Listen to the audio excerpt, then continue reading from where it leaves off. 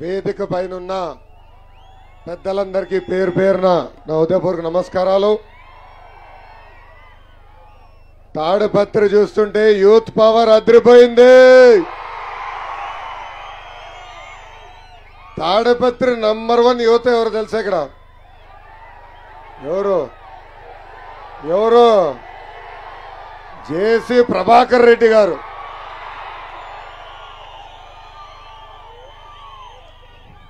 అష్మద్, నీకు నాకు ఒక ఇబ్బంది ఉందబ్బా. మనం ఏ కార్యక్రమం చేయాలంటే ముందల మన తండ్రి పరిగెడుతుండే వెళ్ళిపోతారు, ఎక్కడ ఆగరు, మాకు ఛాన్సే ఇవ్వరు. అడుగు పెట్టిన దగ్గర చూస్తున్నా, ఒక కుర్రోడ్లాగా దిగుతాడు, కుర్రోడ్లాగా బండి ఎక్కుతాడు, కుర్రోడ్లాగా డాన్స్ చేస్తున్నారు జేసీ ప్రభాకర్ రెడ్డి గారు. ఆయన ఉత్సాహాన్ని ఆదర్శంగా తీసుకుని ఇక్కడున్న ప్రతి యువకుడు కష్టపడాలి. లేపాక్షి వీరభద్ర ఆలయం, ప్రశాంతి నిలయం, చిన్న కేశవ ఆలయం ఉన్నది అనంత జిల్లా. దేశం మొత్తం పరిగెత్తే Kia car made in Anantapuram జిల్లా. తమ్ముడు అష్మిత్ చెప్పినట్లు అనంతపురం నేలే పవర్ఫుల్. ఇక్కడ ప్రజలు కూడా చాలా మొండోలు. ఎవరైనా మంచి చేస్తే గుండెల్లో పెట్టుకుని కాపాడుకుంటారు. జగన్ లాగా తప్పు చేస్తే తోలు ఓల్చి పంపిస్తారు. ఇంత గొప్ప నేలపై రెండోసారి నేను పర్యటిస్తాం నా అదృష్టంగా భావిస్తున్నా. మన రాష్ట్రంలో ఒక బిల్డప్ బాబాయ్ వచ్చాడు. ఆ బిల్డప్ బాబాయ్ పేరేంటి? సైకో జగన్. బిల్డప్ బాబాయ్ మధ్యన సిద్ధం సభ అని పెట్టాడు. జనరల్ గా పులియో సింహం చూస్తే భయపడతారు, కానీ బిల్డప్ బాబాయ్ డ్రోన్ ని చూసి భయపడ్డాడు. అక్కడ సభలో మొత్తం గ్రీన్ మ్యాట్లు వేశారు తల్లి. ఎటుగో సభకి ప్రజల్లా రారు, గ్రీన్ మ్యాట్ ద్వారా గ్రాఫిక్స్ చేయాలని ప్రయత్నించారు. ఏకంగా వాళ్ళ పార్టీ మౌత్ పీస్ ఉంది, ఛానల్ ఉంది, ఏంటది, దొంగ పేపర్ దొంగ టీవీ ఉంది, సాక్షి. వాళ్ళు చూపించిన విజువల్స్ కూడా ఖాళీగా కనపడినాయి.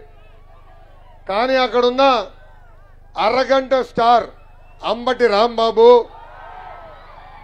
బెట్టింగ్ స్టార్ అనిల్ ఏకంగా నన్ను తిట్టారు.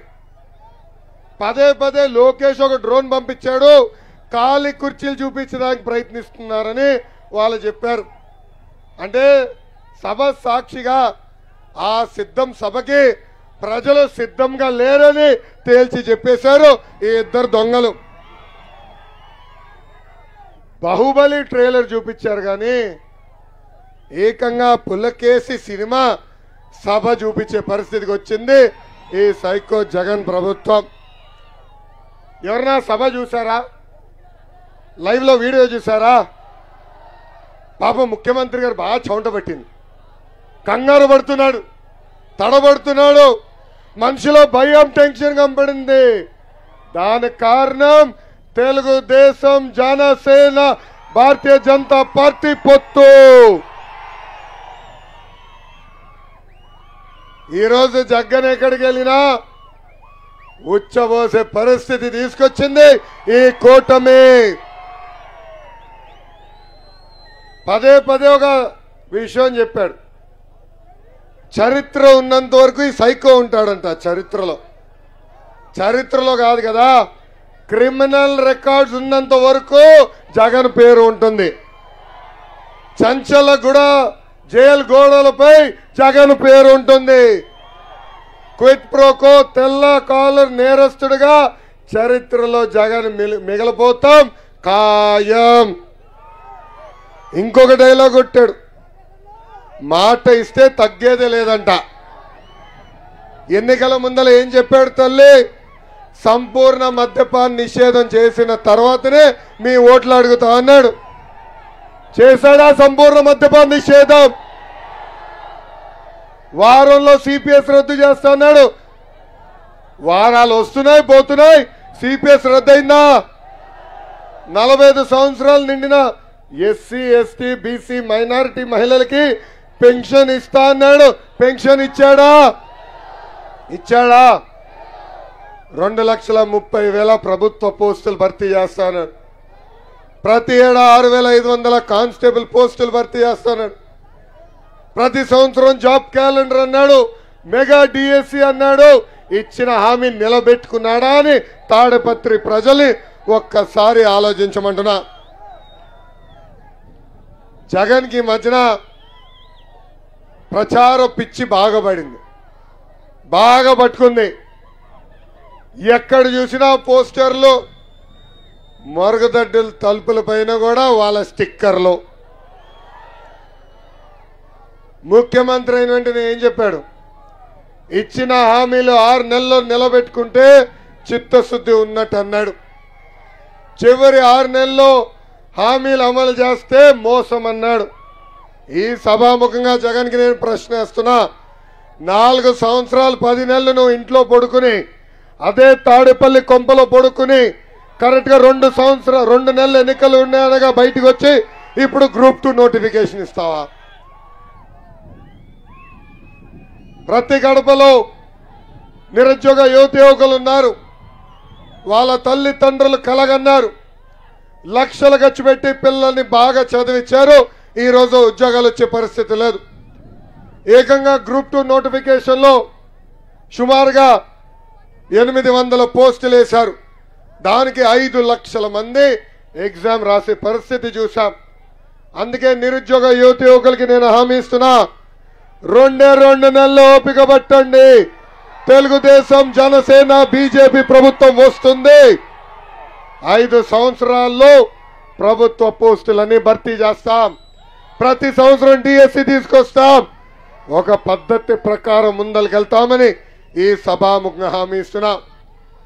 ఈ సైకో జగన్ ప్రచార పిచ్చి ఏ స్థాయికి వెళ్ళిందంటే, ఆ ఎగ్జామ్ పేపర్లు కూడా జగన్ గురించే ప్రశ్నలు.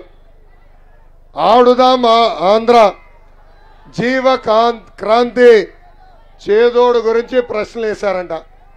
జగన్ ఆ ప్రశ్నలు కాదు, బాబాయిని లేపేసింది ఎవరు,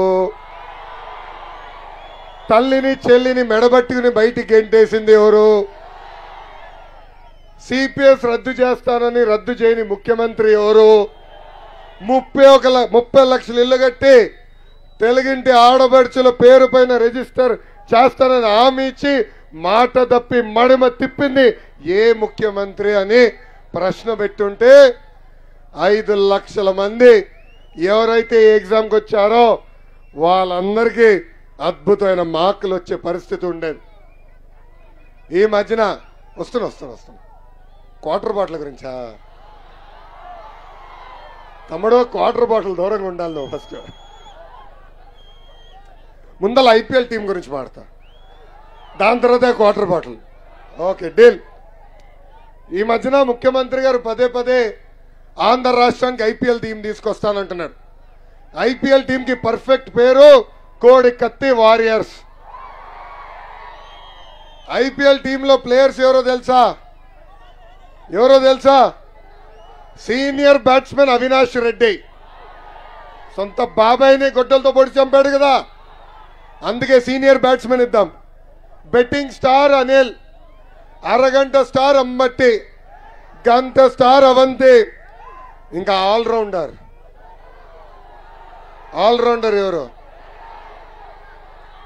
ఎప్పుడు సిప్ వేసుకుంటాం మర్చిపోతాడు. ఎవరది? ఎంపీ గోరంట్ల మాధవ్. ఇంకా యూట్యూబ్ స్టార్ ఉన్నారండి. అతను ఏనాడు ప్రజల గురించి పార్లమెంట్లో మాట్లాడలా, ఏనాడు ఆంధ్ర రాష్ట్ర హక్కుల గురించి మాట్లాడలా.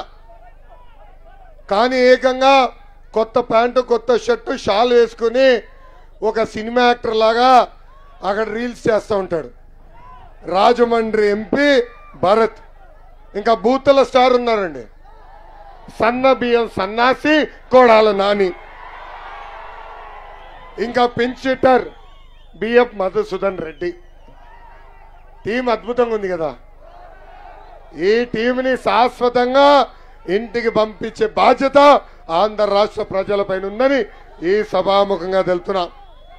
భారతదేశ చరిత్రలోనే ఏ ముఖ్యమంత్రి కట్ చేయని విధంగా 100 సంక్షేమ కార్యక్రమాలు కట్ చేశాడు ఈ సైకో జగన్. అందుకే తల్లి రెండే ఎన్నికలు వస్తున్నాయి, జగన్ ని కూడా కట్ చేసే బాధ్యత మనం తీసుకోవాలని ఈ సభాముఖంగా కోరుతున్నా.